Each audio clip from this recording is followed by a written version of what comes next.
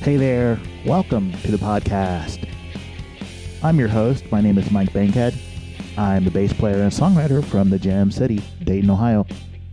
My guest today is a very interesting person from the eastern part of the United States. I'll let her tell you exactly where in the conversation, but her name is Renata Leo. Leo, like Latin for lion, that kind of Leo.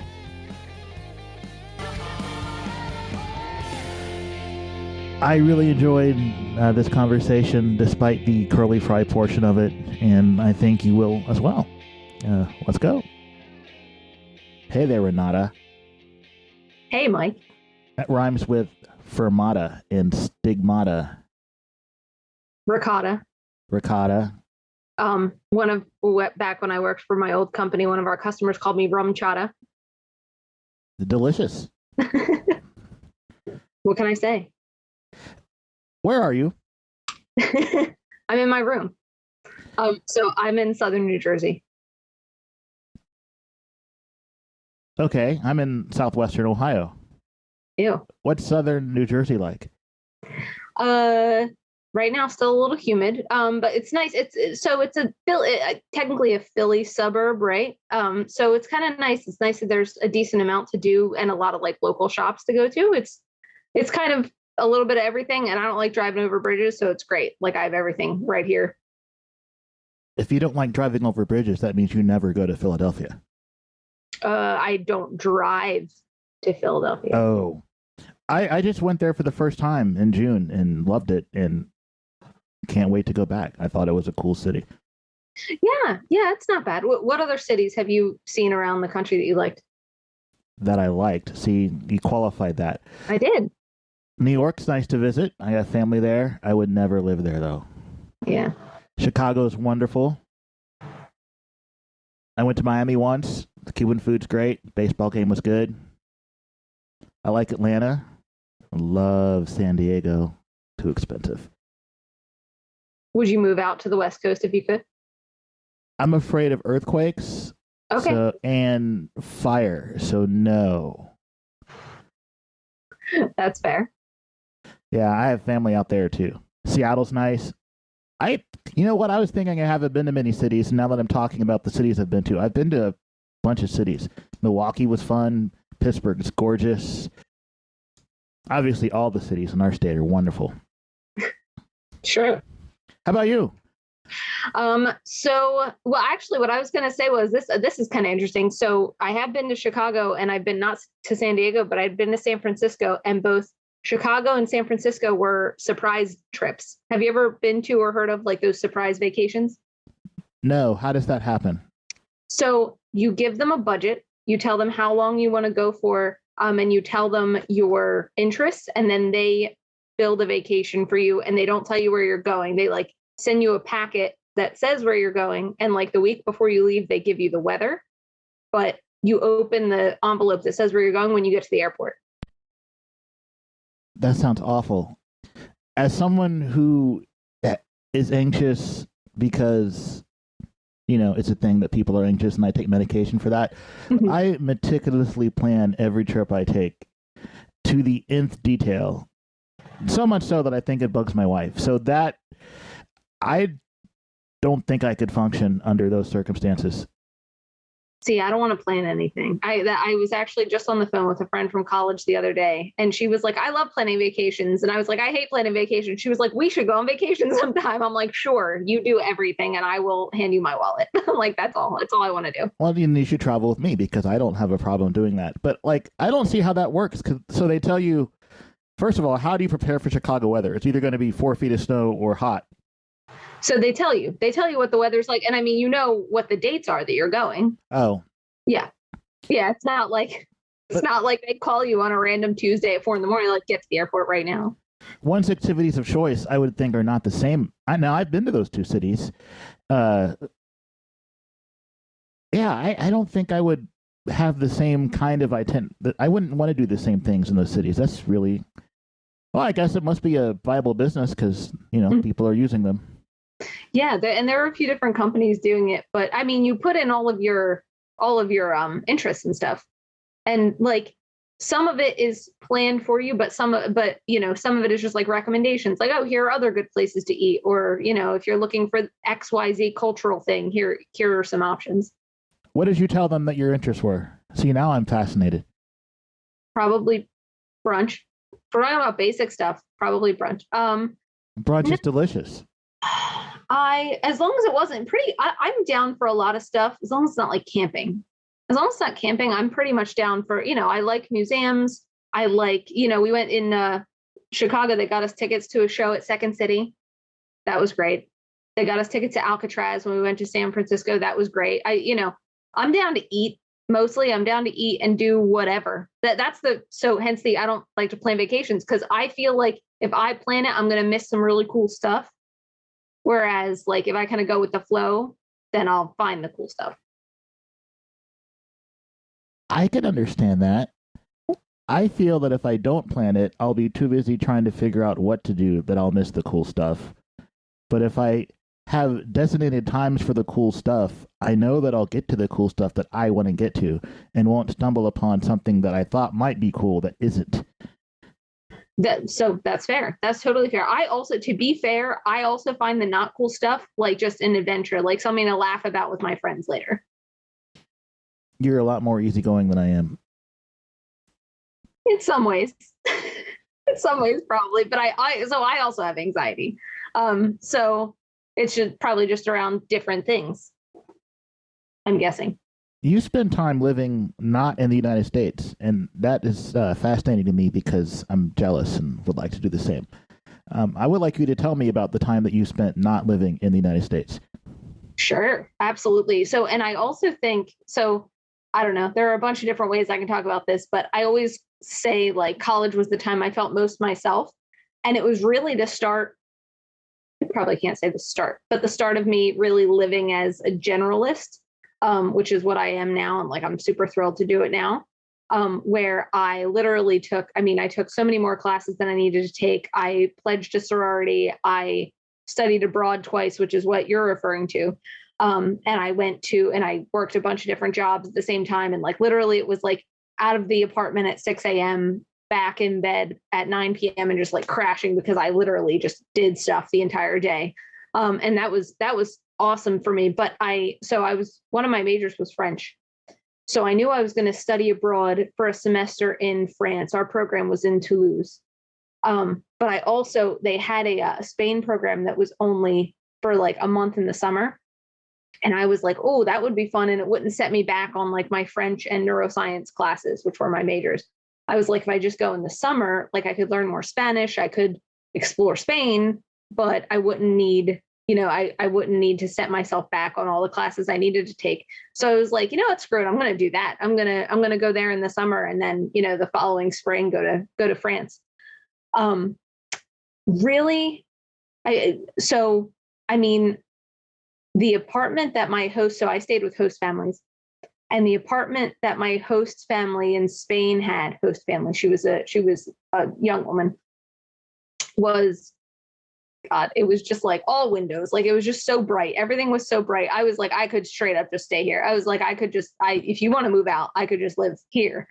And all of us, I think everyone in the program, like, it was in Malaga, Spain. So it was a beach town. So no one's apartments were all that far from the beach. You literally walk 2 blocks up and you're on the beach. And it was awesome. Like it was just wonderful to be able to go there and then go home easily. Like the main reasons I don't love the beach is because I don't like being sandy and I don't like having to like not knowing where I can pee. Those are like my 2 issues. Dude, I feel exactly the same. Right. Also, sharks, but I stay out of the water. That's fair. Usually I'll just walk along the edge. So like my feet and maybe like ankles up to my knees will get like wet, but I won't go actually like in the ocean for the most part. So Spain was really, really spectacular for that. And that's where I fell in love with translation. So I have like a lot of love in my heart for Malaga. And then I actually went back there when I stayed in France. I actually did go back to Malaga for a few days and stayed with my host again, and had lost so much of my Spanish. It was so bad. But in the spring I went to Toulouse, and I mean, so talk about anxiety. Probably the scariest thing I've ever done in my life. I'm very much a homebody that's like attached to my home and my family and my friends. And going there, I was terrified. And I mean, you make friends. You make friends wherever you are, right? So like I definitely made friends that I could hang out with, but I was like, oh my God, like I've taken myself completely out of my like support system. What am I doing? Like I panicked a decent amount of the time there. But it was great. And I mean, a huge, growing opportunity. Removing yourself from everything is terrifying, but also really, really great for growth, for personal growth. How long were you in Toulouse? Just a semester, just the spring semester. So it was January to May. Oh, I'll bet that was pleasant. Yeah. Oh, it was. It was really nice. Yeah, it was decently warm. I had to have my winter jacket for the first month, maybe, and then after that, it was pretty chill. I think I've been there 3 times, 4 times, but yeah, nice city. The folks there seem to be a little laid back, a little more laid back than say Parisians. Right. But, yeah, that makes sense. We're more laid back than New Yorkers, so that makes sense. Well, honestly, that's how I felt. We had one of our excursions was in Paris. And I mean, besides going to Paris, Disneyland, because I was not going to not go to Disneyland, I am like, okay, it's a city. There are too many people. Everything is gross. I'm like, there was no point. I'm like, why? Put me back in Toulouse. Give me a Belgian waffle, and I'll be all set. Paris, much closer to Belgium. It is my favorite city in the world. But yeah, it is a city. You were not wrong about that. Yeah, cities are not my thing. That's what when you were like New York is nice. I'm like, you're wrong. Nice to visit. Great food. It's been how long's it been since I've been in New York? It's been a while. It's been a while since I've been there. I don't know. We have good food around here. I know, yeah, Southern New Jersey, obviously the definitely the paradise of delicious foods. But we have good enough food here. I'm pretty happy. Are you Italian? Italian American, yeah. All right, I was judging by your family name, so. Yeah. What does one do with a minor in French these days? You mentioned translation. Are you still doing that? Actually, I did just get a contract to do some translation. So yeah, so occasionally I will. Translation is really, really something special to me. I remember when I first did it in Spain, a few things hit me. Number one, that you needed to be a writer. Like you can't translate without localizing. You can't just translate word for word because then it comes out nonsensical, or just not something that is palatable. So I was like, okay. And there was one moment we were sitting there and someone said, oh, this ocean provides water to a lake or something. And I'm staring at it. I'm like, that's not right. I'm like, I don't know why my brain is trying to grasp what's wrong with the language, but it's just not right. And I turned to the English major next to me. I'm like, what's wrong with that sentence? She was like, nothing's wrong with that sentence. And then we went to the next slide. I'm like, that's not the preposition that follows provide. Like, that's why I hate. And in that moment, I was like, this is amazing. I was like, I love this. It's so challenging, but it's something I'm good at. So like, it's got that balance of like being not easy at all, but being something that I know I can tackle. So it's really special to me. So sometimes I'll do translation contracts. I've tried to be careful because it's been a while since I practiced French, unfortunately, but. Is that your way of saying that you don't want me to speak to you in French on this podcast? No, it's a terrible idea. I wouldn't do it. T'es sûr? T'es absolument certain? Oui. Because I was going to throw a little test translation-y thing at you. I know this is my podcast. I really did not plan to talk about me, but I have been doing adaptation for TV. So I'll get a French TV show and have to adapt it for their future English voiceover readers. Mostly because making rock and roll doesn't pay the bills, and that does. And I agree with you. You can't just say stuff word for word because ça marche pas. No, I had a friend who's she went to French immersion school as a young person, but she like grew up in DC, and she translated some. And I was like, hey, I'm stumbling on, or no, I don't think I just wanted her to proof something like 1 or 2 sentences, And she came back to me and she was like, oh no, this word should be this word. And she was giving me the literal word. And I'm like, no. I'm like, the literal word doesn't fit there. Technically, you're right, but that's not what we want here. That's whoever reads that is going to stumble on it and be like, oh, why is that word there? That doesn't make any sense. Context is everything. Mm-hmm, it really is. And so that's what I like about translation is you need to be good at foreign language, but you need to be a writer. And I love that. So let's give the listeners, since they're probably bored, since we're two nerds nerding out in our element, let's give them an example. Let's say that you and I are children. This is from a real situation I recently had to deal with. Let's say that you and I are children and we're going to race the pool. Okay. And I say to you, dernier dans la piscine, c'est un poulet mouillé. Or un poule mouillé. La dernière personne dans la piscine est une poule mouillée. How would you say that in English? Girl, you think I remember? Last one in the pool is a wet chicken. Exactly. Idioms are what it's about. Idioms are, they make everything. Idioms are hard and prepositions are impossible because prepositions don't have rules. They're all ear. You know what I mean? Back at my old job, my manager was from Panama. And so sometimes he would write something and he was very, very amenable to like me telling him different aspects of language because, he knew English very, very well, but sometimes he would slip up on things like preposition. Like, oh, technically that's not the preposition that goes there. And he would be like, prepositions just suck. And I'm like, yeah, no, you're totally right. They're nonsensical. There's no like rule that you can follow. Like, oh, this one goes with words that end in ER or something like that. Like, it's like, nah, we just put by here sometimes, we put to over there, whatever. And like, you never know. Or like if I typed something in Spanish, he would be like, it's not the right preposition. I'm like, yep, could almost guarantee I was going to get that wrong. I find that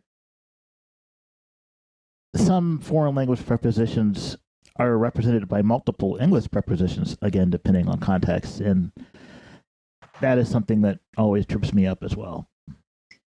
It's a challenge, but it's a fun challenge. I mean, I dig it that the problem with prepositions is that like it's almost memorization, right? So especially because since you don't have the attuned ear to hear what's right and what's wrong like we do in English, it's all memorization. It's like, oh, that's right. This one goes with this. Like I took a linguistics class while I was in France. That was one of my courses I took at the university.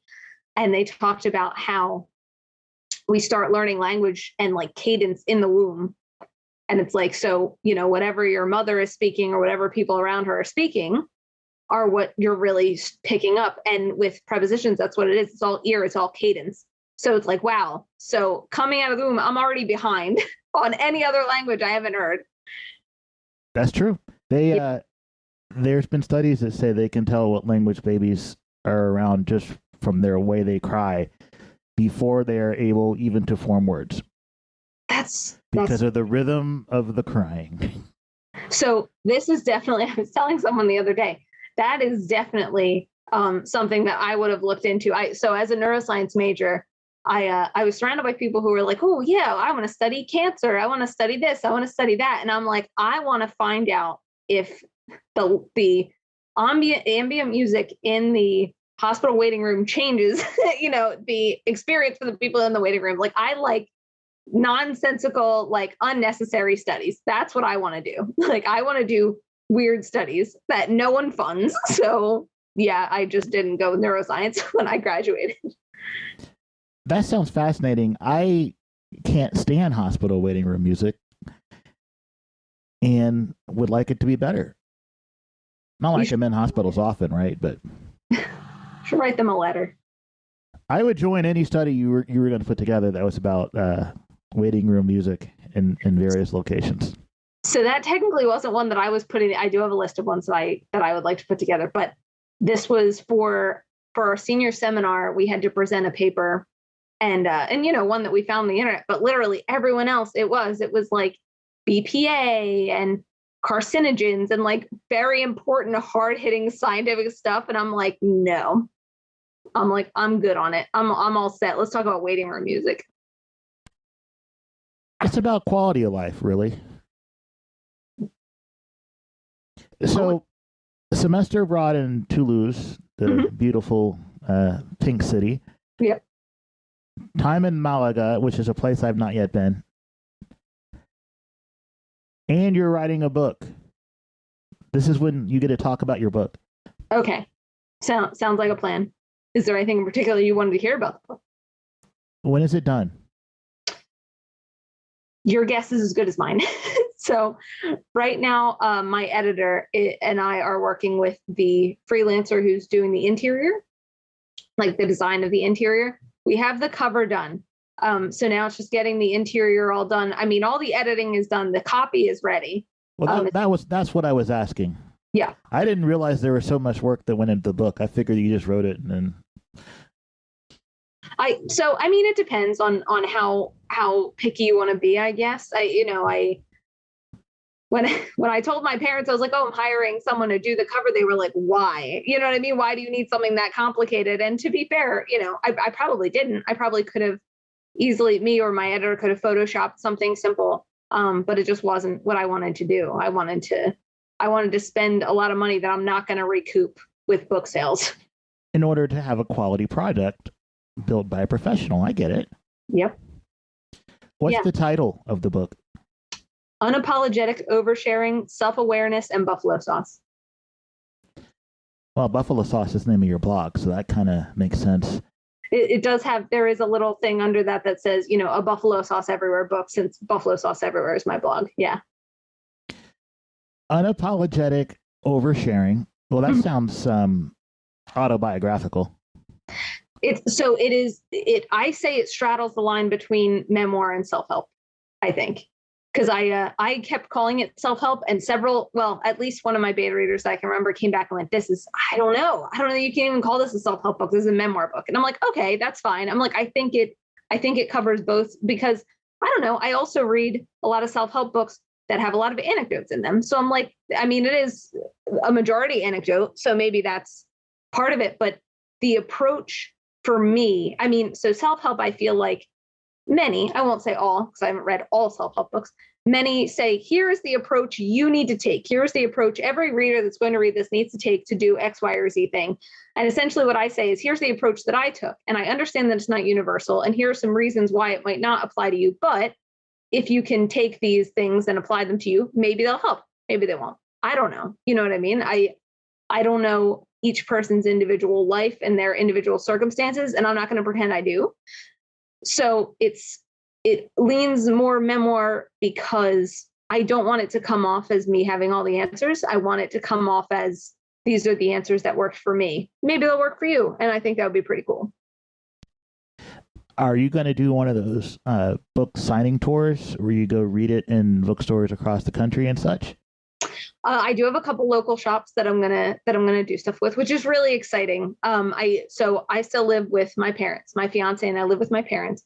So one of them is literally in the town where I went to high school. So I'll get to go there and do some signings. And I don't know about readings. I'll talk to her about what she wants to do. But any small local stores that want to do stuff with me, I'm very down to do it. That's pretty cool. Yeah. Once it's officially out, I'll have to have you back, because you seem, you're the kind of person that's not going to run out of stuff to say. So I don't mean that in a bad way, by the way. It's okay. Even if you did, I would just be like, no, that's a fact. It's fine. If it's a fact, it doesn't matter, right?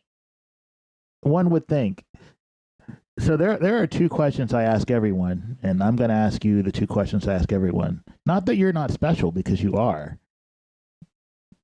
But the first of these questions is, think back to your childhood, even in the womb, if you happen to have that stored away somewhere. What's the first song that you can remember hearing in your life? That's such a good question. Let me think. I mean, I remember when I hear George Michael, sometimes I think about like cleaning the house. Like my parents and we used to do, I don't know if it was every week, because I don't even remember. But regularly cleaning the house all together and like have like the boombox blasting. And I feel like a lot of like George Michael, I remember hearing like Faith, father figure, things like that. That's probably going to be the earliest. I remember listening to like Christian kid like cassette tapes in the car, but I can't say that I remember like one song in particular that I'm like, that song. You know what I mean? That makes sense. Yeah. Second question. This one's not mine. I stole it from another podcast from our community that has since gone bye-bye, and I missed them. So it's like an ode to podcast past. What did your childhood smell like? My immediate instinct is to say one of the smells that tends to hit me, not, well, I would say not so much anymore, but post-COVID, right? I don't go out as much. But like kindergarten lunch hall, like for some strange reason, that smell sometimes hits me out of nowhere, where I'm like, this smells like the lunchroom when I walked in when I was in kindergarten. So that's the easiest thing for me to say. I will say the other one I can think of is when I talk to people who have issues with like the smell of cigarettes, like they say they won't date anyone who smokes because they don't like the smell of cigarettes. For me, it's very homey because my mom always smoked. So like when I was little and I would like hug her, like I would smell her and her jacket and they would smell like cigarette smoke. And like, it was just very homey to me. That is not the kind of Pavlovian response most people have to cigarette smoke. That's very interesting. I know. It's very different. And I don't smoke and I don't have any interest in smoking either. So it's not like something that has stuck with me to the point where I'm like, oh, I want to try it. It's sometimes if I smell it on fabric, right? Like not just someone smoking. Sometimes if I smell it on fabric, like I do kind of get taken back to like being 3. I'm curious as to why buffalo sauce is in the name of your blog. So when I was starting the blog, so this might be part of the anxiety thing, but like my brain always says like, oh, there's the perfect title for this. So, or there's the perfect whatever for like this one situation. And my brain is like, we need to find that before we start anything else. And so I'm trying to think where to start this. My ex is my blog editor now. He's been editing the book and he's one of my best friends. He suggested I start the blog essentially as an online portfolio for my writing because I knew I wanted to go into something where I was more creative, and writing is my one creative outlet that I'm actually good at. So he said, start to create the blog. So then when you apply for these jobs where you'll be doing writing, you can send them actual samples instead of just being like, trust me, I'm a good writer. So I was like, that makes sense. So then we started kind of like prepping, where I started writing a few posts just so that I would have them in the reserve so that I didn't have to write every single week if I didn't want to. And I was like, well, it needs a name. And so I tried to like boil it down to like quintessential Renata things. And buffalo sauce was one of them. And so I always joke that buffalo sauce everywhere is the answer to the unspoken question, ma'am, where would you like the buffalo sauce? But actually, I think my obsession with buffalo sauce does kind of go back to France, because I think it was one of the things that I started craving over there and I couldn't get it anywhere. Like there was no buffalo sauce or no wings, like that wasn't a thing. So I just wanted buffalo sauce so badly and I couldn't have it. And so then by the time I got back to the States, I think I was just like eating it on everything and it never went away. You could have made your own buffalo sauce there in France. That sounds like work. It does sound like a lot of effort, but if you're desperate.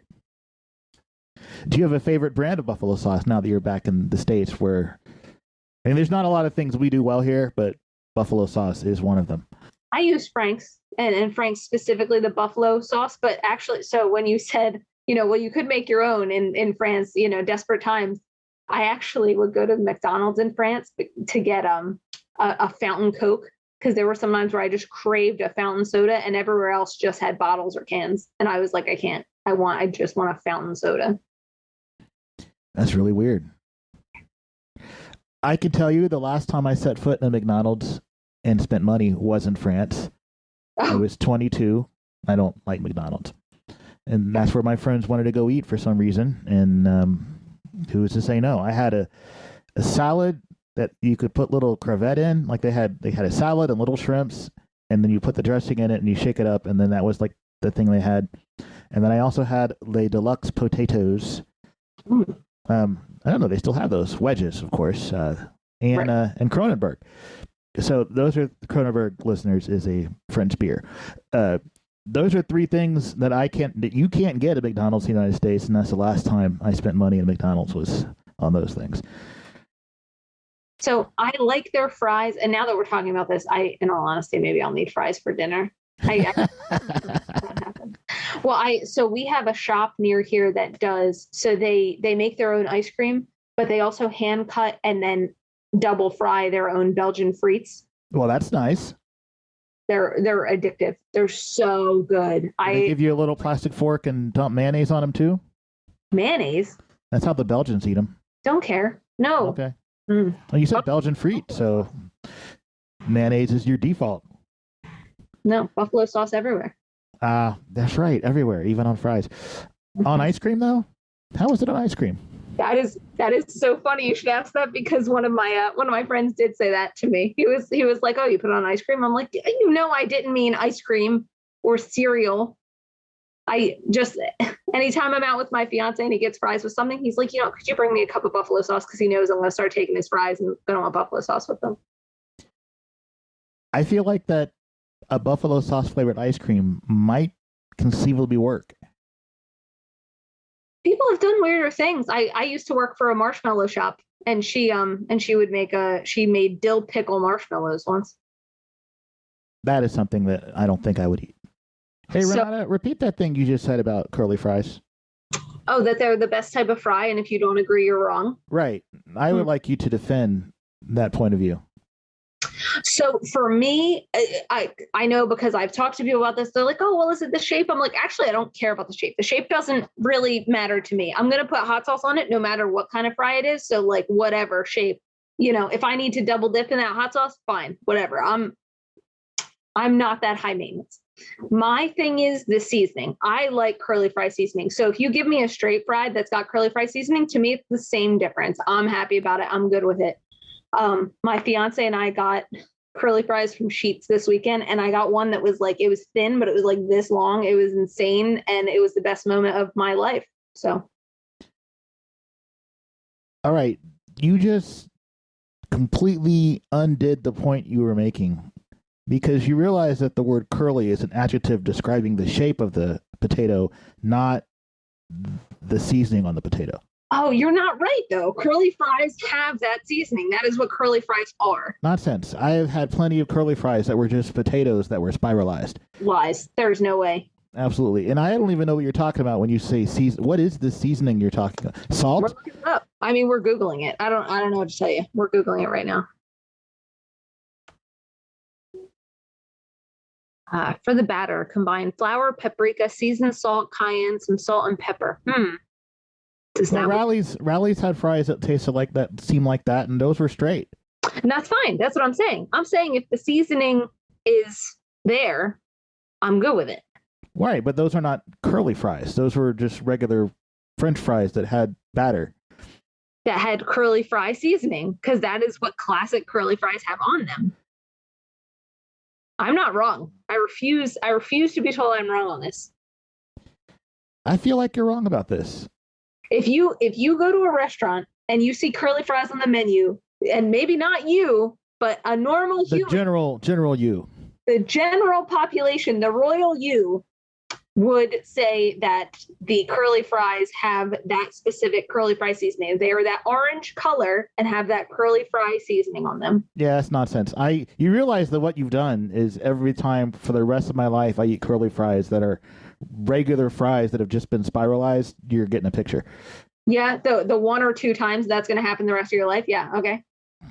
Fine. Well, I don't eat out all that much at places that have fries, but I'm gonna have to start because I'm on a mission now.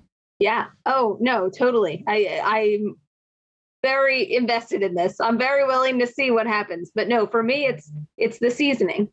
Right. And so you like battered fries. Just say I like battered fries. That's all you got to say. Let's be accurate here. You like your fries specifically battered.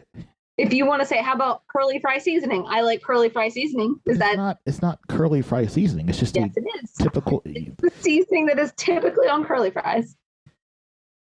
This is ridiculous, and Are you mad? Are you mad that we picked up the Zoom call back up again so that we could argue? No, I'm amused and exhausted at the same time. Exasperated. Yeah, it's like everything they said about New Jersey was true. You people have problems. And here's Exhibit 1.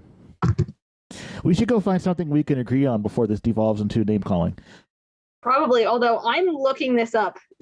Do curly fries have a certain seasoning? As opposed to French fries, which are usually just sliced potatoes fried in oil and salted, curly fries tend to have a golden brown coating on them, as well as a seasoning blend that's heavy on the onion and garlic powders. Cite your sources, young lady. This is yahoo.com. It's Yahoo News. A spurious source. Here. Talking about Arby's, which makes sense, right? Arby's. Well, I mean, Arby's curly fries are also battered. That does not mean that all curly fries are battered. Most of them are. I'm telling you, this is a typical thing. I'm telling you, you know what? Ohio. It definitely sounds like an Ohio thing that you just don't understand. I mean, we have Arby's. Yeah, I'm going to have to go find more curly fries. That is...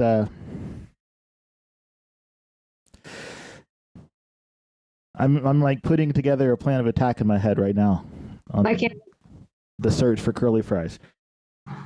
Have you ever wondered why curly fries universally always taste the same? The answer may shock you. Oh, is it going to shock? Because they're from Gordon Food Services? Because they're from GFS? I'm reading. Oh, sorry.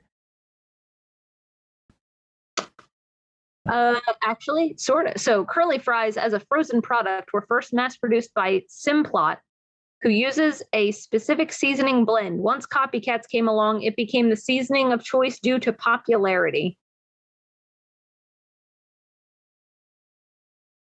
Well, I can't argue with that. What's your source? Oh, I can and probably will argue with that. Never mind. Apparently the source is Fox News. Oh, well, we know that's trustworthy. All right, so what you just read, completely untrue, probably. Once again, go ahead. Go find curly fries that are not seasoned. And I want to hear about them. I've had them. I know they exist. But that's not a typical thing. I believe it's typical for places not named Arby's. You're incorrect. Totally disagree. Okay. We're going to have to agree to disagree on that until I send you some actual proof out in the wild. Since you like battered fries that are differently seasoned, why bother with the buffalo sauce? They're already seasoned. I just like buffalo sauce. So to be fair, I can eat regular fries plain. I can eat curly fries plain. It's definitely not a like I can't or won't. But I typically would prefer buffalo sauce everywhere. Even on steak? No, I'm not a heathen. Okay, I was worried there for a second. No, it's good to know that you have at least some couth. Well, I'm trying to think of examples that are not potato based. I'm certain there are some. Buffalo chicken pizza. Actually, my author bio picture for the book is me eating buffalo chicken pizza. I'm totally buying this book. Thanks. I was just trying to think of things that get dipped, but most of them I'm thinking of are potato-based. Potatoes, right? I was like, no, if I'm pita bread, but I mean, I wouldn't put buffalo sauce in my baba ganoush, would you? So I've never had baba ganoush. Is it? Remind me what baba ganoush is. It's eggplant. It's hummus made out of eggplant. I'm not an eggplant person. Also, however, have you seen Wedding Crashers? A long time ago, but yes. Because that's what they call, I think that's what they call Vince Vaughn on Wedding Crashers. Baba ganoush! For some strange reason. I do not know why. I don't remember that. I think I saw that on a plane. Okay. Pretzels get dipped. The big soft kind, you know. Yes. I'm from near Philly, so. Oh, you would know that then. Yeah. No, I don't typically dip pretzels in buffalo sauce. Usually it's either, yellow mustard or honey mustard, depending on my mood. All right. So you do have the occasional mainstream mainstream leanings. Occasionally. Let's see. You also, I'm just reading about you. I know that's really, really creepy. So this is the part when you first sent me to your blog. Actually, I should explain. I discovered you on Polywork. Yes. True. So you tell that story. I've been talking too much the last 30 seconds. Tell the story of how I clicked on the opportunities tab and then found you looking for podcast guests and then reached out to you. I was hoping you'd take longer to tell it, but yeah. That was all there was to it. What do you want me to? I'd be like, I agonized over the message I sent to you for 4 hours, and then cried a little bit, and then sent you my blog. Better? That's better. And Polywork is not a site for the polyamorous necessarily. It is a site for people that do more than one kind of work. Mm-hmm. But on your blog, your self-bio thing says, quote, I consider my passions in life to be people and words. Mm-hmm. I kind of like those things too, though there are times when I'm not really sure I still like people. I mean, I usually do. I mean, don't get me wrong, the general population, I'm such an extrovert through and through.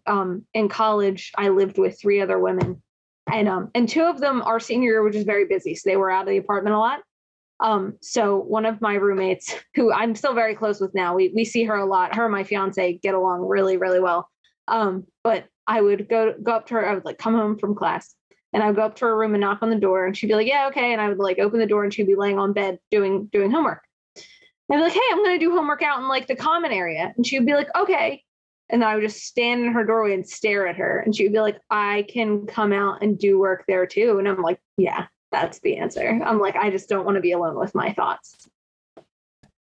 I understand. You go on to say that you love using your words to make people feel less alone and maybe even chuckle along the way. Mm-hmm. I mean, that's kind of what I do with songs, except for I would say that I also do them for some self therapy and catharsis and that stuff. But yeah, if I write a song about something completely miserable, which let's be honest, is most of my songs, I would hope that there are people out there that relate to that and can realize, oh, I'm not the only person out here that's completely and totally messed up. But also, even though I do have my share of really serious songs, I've got a song out there released right now that is told from the point of view of a stalker who stalks an actress that he sees on television and ends up getting arrested at the end of the song. It's not meant to be an example of how one should behave. Fair. Yeah, I would agree. It's meant to be slightly humorous at the end. We talked before I hit the record button that I've got a song called Harvest Moon about fall white people cliches, and was not out yet. I've got one about going to the Bureau of Motor Vehicles in our fair state of Ohio and, doing the thing you got to do, which is meant to be somewhat funny. So, I also would like to make people chuckle along the way. Yeah, when I talk to people, I don't think that's in my author bio.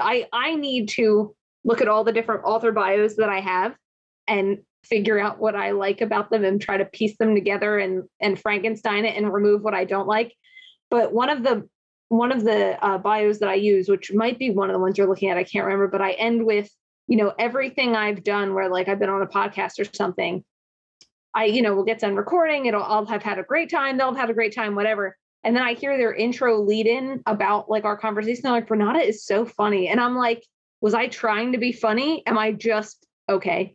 I'm like, I don't know if that's an insult or a compliment, to be honest, when I'm not trying to be funny. And apparently I'm funny. That is in this one. People regularly tell you that you're funny, even when you're not trying to be. I think you're funny. Still not sure if that's a compliment. It probably is. It starts with, it's not a really very long one. It's very good. Just 4 sentences. It's a good length for a quick bio. Just an open-minded, overly sensitive, which we've learned because of our conversation about curly fries. Optimistically cynical millennial feminist. That almost seems oxymoronic, optimistically cynical.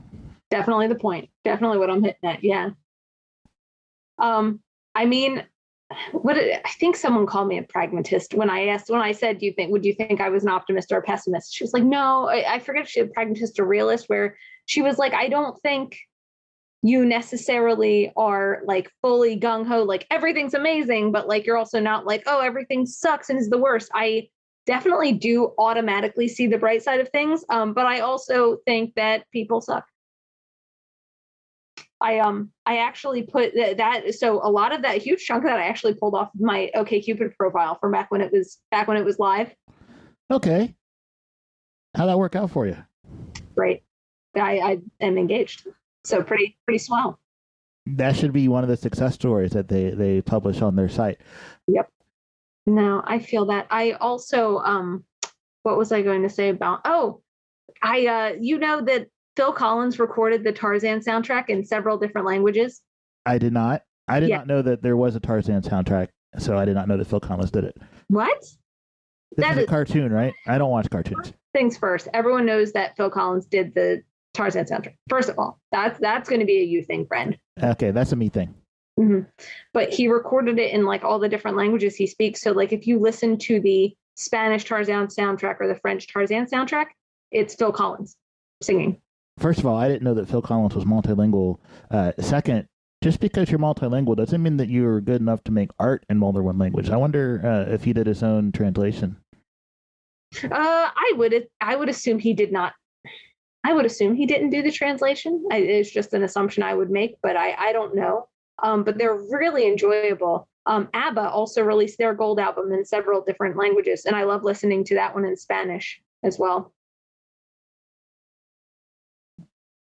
How do you say dancing queen in Spanish? Reina quien baila? La reina bailando, bailante? I'm trying to remember what it actually was, but Chiquitita is the best. Chiquitita was probably meant to be in Spanish anyway. It's so good. Look at how much I'm learning from you on this conversation. Phil Collins, in addition to being a good drummer, multilingual. I also love watching. So I watched all kinds of like Disney movies in French and Spanish while I was over there to kind of do a full immersion thing. Tangled in Spanish is really spectacular, and once again, all of the songs are translated. Like it's really great. So it sounds like that you're recommending that if one is trying to learn a language, one should watch animated films in the target language. I would say whatever you're familiar with. So for me, I'm very familiar with Disney movies. So doing it there, it's easy. And I just have a very good memory. So it's very easy for me to remember the different like lines and how they were then translated and see like what it was. Like there's a scene where Flynn Rider is escaping and he's like, okay, now pull us up. And the people that he's working with are like, okay, we lifted you up, now help us up. And he says, sorry, my hands are full. And I can literally see Flynn Rider in the Spanish version going, pardon, manos llenas. And I'm like, oh, full hands, got it. Like, you know what I mean?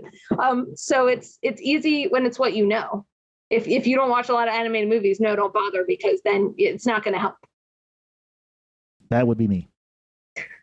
I don't understand that, but okay. But I already speak French and Spanish, so I don't think those would be my target languages of choice anyway. I wonder how widely those are translated. Disney's got deep pockets and a deep reach. I'm pretty sure they probably anywhere they can get a few extra million eyeballs. I'm pretty sure they probably go ahead and bother with the translation. Well, absolutely, and especially Spanish, because a lot of people in Latin America or like Mexico or whatever are watching them. So it's not. I mean, and that's the other thing. I was watching them in Spain, and it was not Spain Spanish, right? It was Latin American Spanish. Yeah, I don't want to offend any Spaniards, but I'm sorry, Spaniards. I like Latin American Spanish better, but that's probably because that's the one I learned. Right. That makes sense. Also, there's a whole lot more Latinos than there are Spaniards. They're outnumbered, and it's not remotely close. So it's okay. So I'm going to ask you the horrible, horrible question that I hate when people ask me on artist interviews. Okay. Horrible, by which I don't mean it's like offensive or anything. It's just not creative. Sure. And lazy. Sounds great. Love it, Art. And that question is, Renata Leo, what's next for you? Okay, I actually do have some answers to that. So there is a book that I've started working on that it's almost like a passion project that I have been noodling on for 5 years, maybe. That I don't know if I'm going to finish it, but I also didn't think I would ever start it. And right now I'm almost 5,000 words into it. So I'm like, oh, okay, it might have legs. Now I think I might have to do this. So that's on the radar. I don't want to go too much into that just because and it would be my first real serious foray into fiction. So actually I'm going to need a fiction co-author. That's also on the radar. I am considering getting my yoga instructor certification because I can't sit still for 30 minutes. So I'm like, let's go get certified in something else. I know that you said creatively, but those are really my answers because I don't know. I believe growth is growth, right? It's whatever you choose to do next. Indeed. I mean, if you had more to share, I'm not going to stop you from talking about it. Let me think. No, I feel like that's it. My ex and I, who, like I said, best friends, we used to have a podcast together. We keep noodling on whether or not we're going to do another podcast. And I think we will eventually. We just got to actually carve out time and figure out a topic. But we'll have you on if we do. That would be wonderful. I don't really know much about anything, but I know a little about a few things, if that makes sense. It does. Music and foreign language. Yeah. Mm-hmm. Music and romance languages. I can sound like not an idiot if we're talking about those things. There you go. So now is the time when I will say goodbye to you, at least as far as this recording is concerned. Thank you, Renata, very much for agreeing to talk with me in semi-public. If people wanted to learn more about you, they could probably go to buffalosauceeverywhere.com. Is there anywhere else that we should send people? The blog, buffalosauceeverywhere.com, is going to be the main way. I'm also on Twitter and Instagram. My Instagram is a very boring place to hang out. More than welcome to do it. Have a party. My Twitter is far more interesting. I say a lot of random stuff that no one reads. So you could be the first to read really weird stuff. And so my handles on both Instagram and Twitter are at Renata O. Leo. Outstanding. Thank you very much. Thank you. I'd like to thank Renata again for taking the time to talk to me. Also, special thanks to Polywork for being an excellent resource if you happen to be looking for podcast guests, or if you're just looking for interesting people that do more than one thing. I encourage you, if you think LinkedIn is a little too static and too uptight, give Polywork a chance. I think you'll like it.